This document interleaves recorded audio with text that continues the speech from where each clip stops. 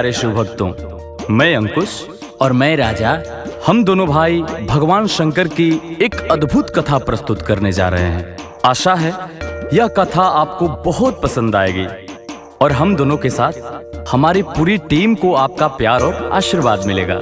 जय भोलेनाथ।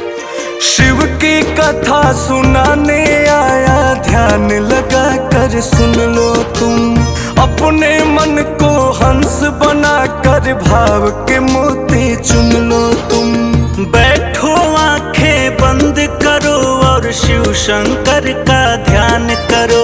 शिव शंकर के नाम मंत्र का मन में मंत्रोच्चार करो। सच्चे मन से भोले का जो नाम जुबा पर लाता है, सच कहता हूँ तन और मन से वो पवित्र हो जाता है। होकर पवित्र तुम महादेव की महिमा की अब कथा सुनो। मिट जाएगी व्यथा तुम्हारी, भूल के अपनी व्यथा सुनो। शिव शंकर की भक्त कोई थी कुंवारी बाला काशी में। पिता नहीं थे दुर्दिन में, माने था पाला काशी में। काशी की वो वासी थी, गंगा जी रोज नहाती थी।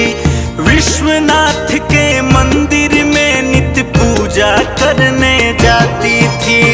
अभिलाषा थी कुंवारे मन की, सुंदर राजकुमार मिले। मेरी शादी हो जाए अब एक सुखी संसार मिले। शौक था पढ़ने लिखने का, वो घर में पढ़ाई करती थी। माँ बूढ़ी थी, सेठों के घर चौका सफाई करती थी। लेकिन उसका काम था छोटा, कुछ दिन से बीमार थी माँ। चलने फिरने कुछ करने से बिल्कुल ही लाचार थी माँ। जैसे तैसे दिन कटता था, जैसे तैसे रात सुनो। बीमारी में दवा भी लाने की थी नहीं औकात सुनो। माँ जब आहें भरती थी तो शिव को याद वो करती थी। अनहोनी कुछ हो ना जाए सोच के दिल में डरती थी।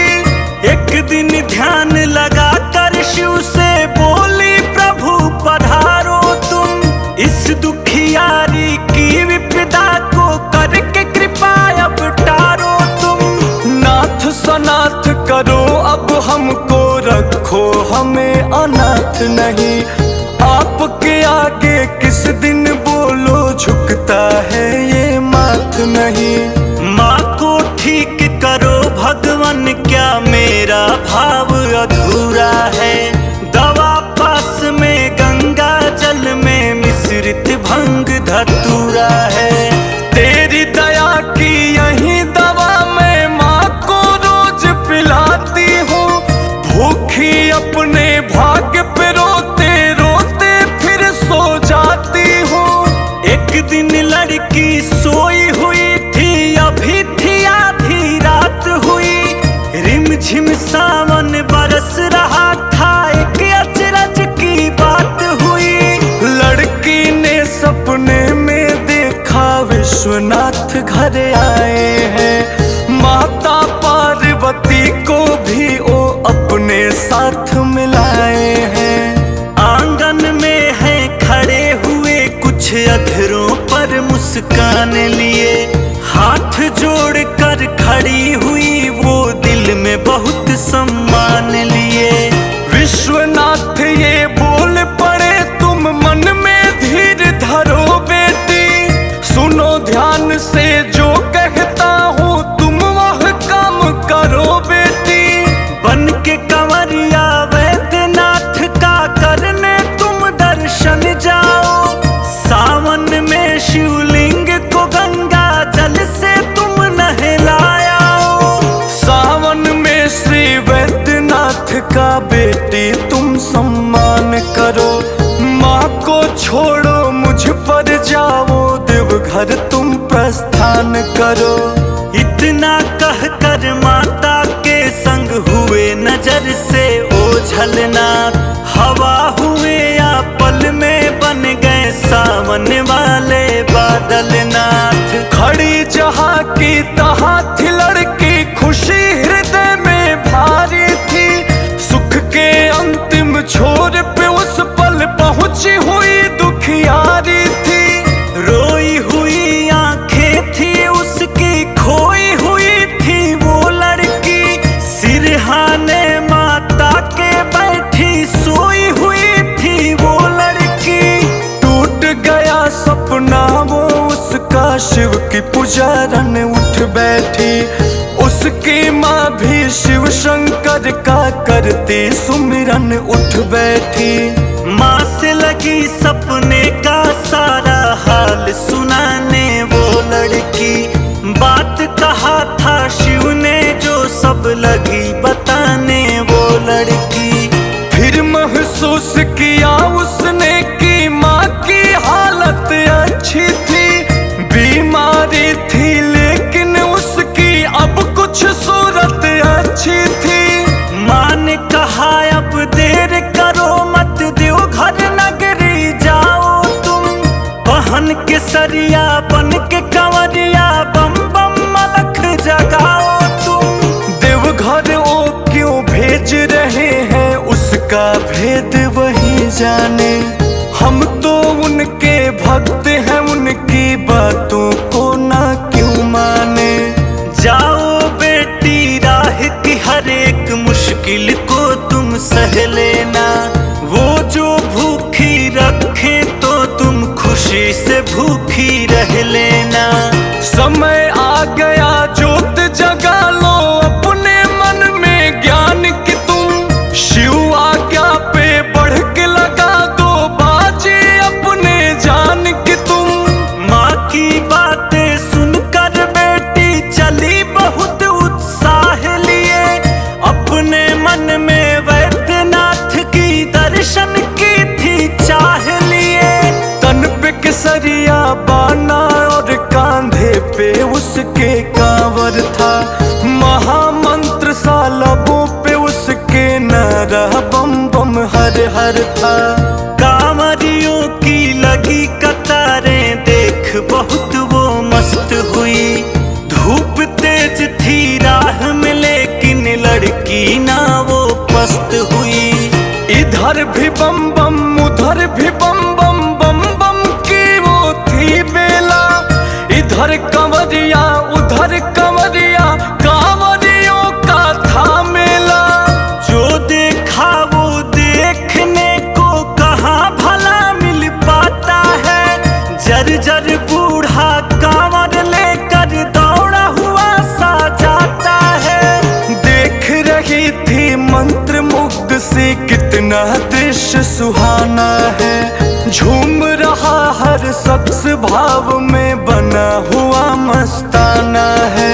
नाच रहे हैं बच्चे उनको भूख की है परवाह नहीं। वैद्यनाथ का दर्शन चाहिए और कोई भी चाह नहीं। देख देख के दृश्य सारा तेज बहुत ही चाल हुई।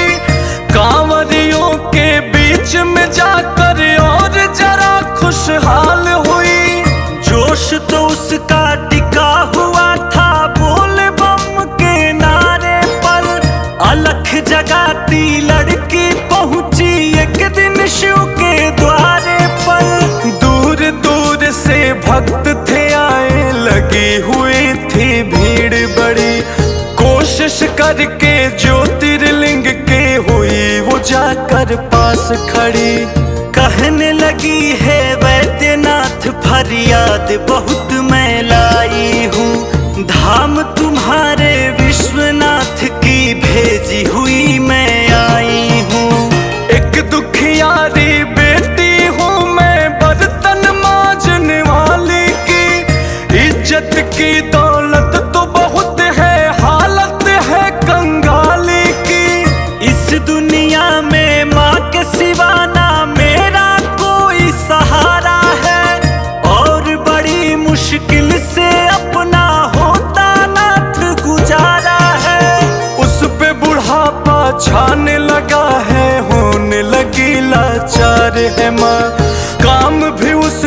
छूट चुका है और बहुत बीमार है माँ। पैसे नहीं है पास में मेरे, ला सकती हूँ दवा नहीं।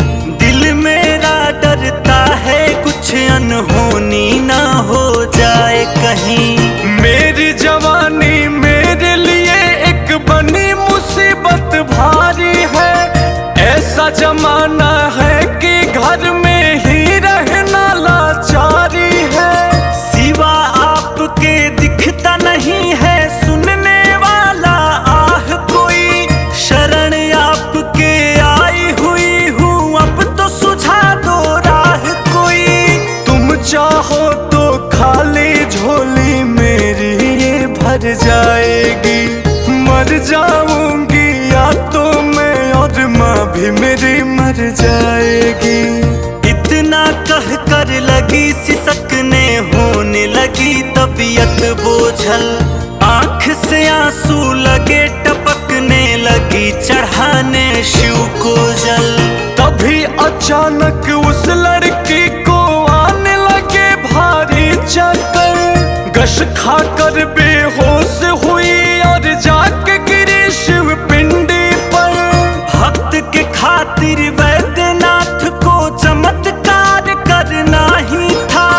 खाली झोली लाई थी, उसकी झोली भरना ही था। कई रोज बेहोश रही पर एक रोज जब आंख खुली, पाई खुद को एक कोठी में हवा जहाँ थी इत्र धुली। वैद्यनाथ का चमत्कार था, कोई था संयोग नहीं। माँ थी उसके पास में बैठी, उसे था कोई रोग नहीं। धुले हुए कपड़े पहने थी, होठों पे थी एक मुस्कान। सच थे उसके सपने हुए पूरे, थे हुए उसके अरमान। कहने लगी ये बेटी उठ, अब लौट आया है दिन अपना। विश्वनाथ के कृपा से पूरा हो गया है हर सपना। बेटी तू बेहोश हो गई थी जब मंदिर के अंदर, तुझे उठा कर ले आया एक नौजवान यहाँ सुंदर। वैद्यनाथ को हाल बताने लगी थी जब तुम मंदिर में। रो रो करके दुखड़ा सुनाने लगी थी जब तुम मंदिर में। दुर्दिन का हर हाल सुना कर तुमको बहुत ही रोना पड़ा। देख रहा ये दृश्य था सारा, लड़का था एक पीछे खड़ा। होकर जब बेहोश गिरी तुम वैद्यनाथ के पिंडी पर। लड़का उठाया था ऐ बेटी तुझको झट आगे बढ़कर। लड़के से लोगों ने पूछा बोलो ये लड़की है कौन। उत्तर कुछ ना सूझ पड़ा तो खड़ा रहा वो कुछ पल मौन। अपनी आंखें बंद किया और शिव शंकर का ध्यान किया। कुछ आदेश मिला बाबा का, साथ में आशीर्वाद मिला। आंख खोल कर लोगों को लड़के ने दिया ये फिर उत्तर। साथ ये मेरे आई है और मेरी है ये मंगेतर। अस्पताल फिर लेके गया वो तुझे उठा कर ऐ बेटी। काशी नगरी लाया तुझे इलाज करा कर ऐ बेटी। देखो ये संयोग कि वो काशी का रहने वाला है और काशी के धनवानों में उसका रुतबा आला है। फिर मुझको भी ढूंढा और इलाज भी मेरा करवाया। बाबा ने आदेश दिया था जो वो मुझको बतलाया। बाबा ने आदेश दिया है, मैंने हामी भर दी है। ब्याह की तेरी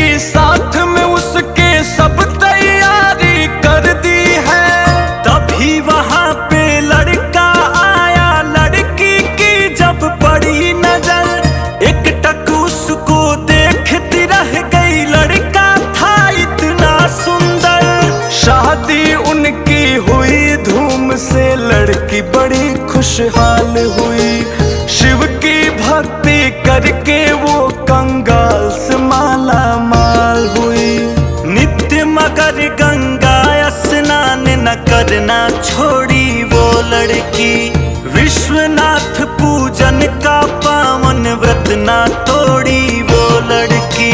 सुख के दिन वो काट रही थी अपने प्यारे पिया के घर, सोच लिया था पिया के संग में जाऊंगी कांवर लेकर। कांवर की तैयारी में दिन कटने लगा सुहागन का, धीरे धीरे आ ही गया फिर पावन माह भी सावन का। लेकिन सावन के आते ही लड़की वो बीमार हुई, पकड़ लिया उफ बिस्तर उसने, इस हद तक लाचार हुई। उसका पति जो भी हो सकता था वो सभी उपाय किया, डॉक्टरों को दिखाया जाके वैद्यों से भी राय लिया। एक एक करके बीत रहे थे सावन के वो पावन दिन, रोती थी लाचार वो लड़की बचे हुए कम दिन को गिन। विश्वनाथ और वैद्यनाथ का रटती थी वो पावन नाम, दोनों जगह का जल पीती थी दवा समझ के सुबह हो शाम। रिमझिम सावन बरस रहा था, अब एक दिन की बात सुनो। सोई थी बीमार वो लड़की, हुई थी आधी रात सुनो। सपने में उसने देखा कि वैद्यनाथ घर आए हैं, पार्वती माता को भी वो अपने साथ मिलाए हैं। देवघर नगरी से आकर वो खड़े हुए हैं आंगन में, लड़की बिस्तर से उठ बैठी इतना जोश भरा मन में। वैद्यनाथ ये कहने लगे बेटी सुन ध्यान से बात मेरी, दूर तुम्हारा दुख होगा और मिट जाएगी चिंता तेरी। इस हालत में पास मेरे ऐ बेटी नहीं आ सकती हो, आने का फल ना आके भी लेकिन तुम पा सकती हो।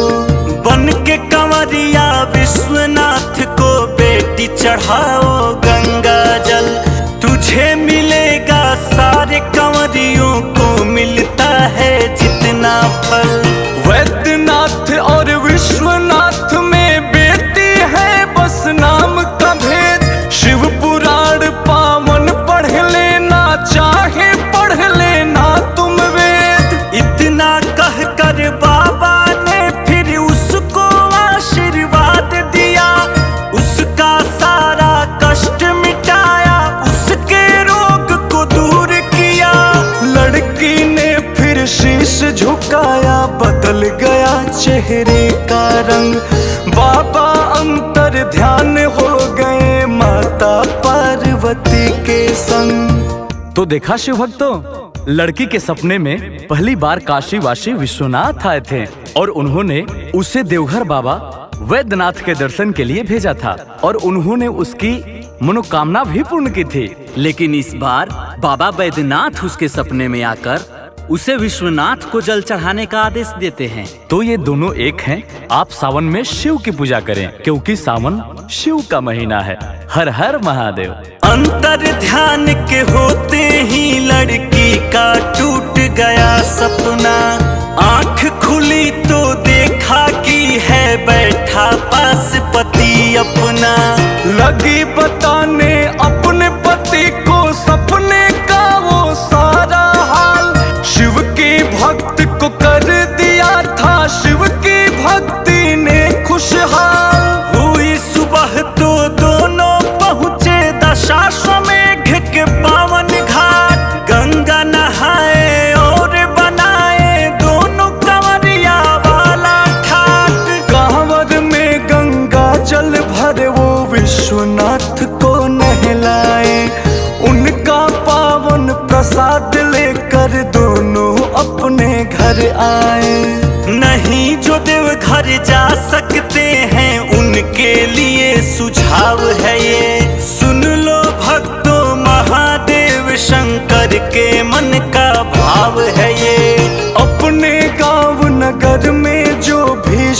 का मंदिर हो पावन, उसमें जाना और मूरत को नहलाना तुम भर सावन।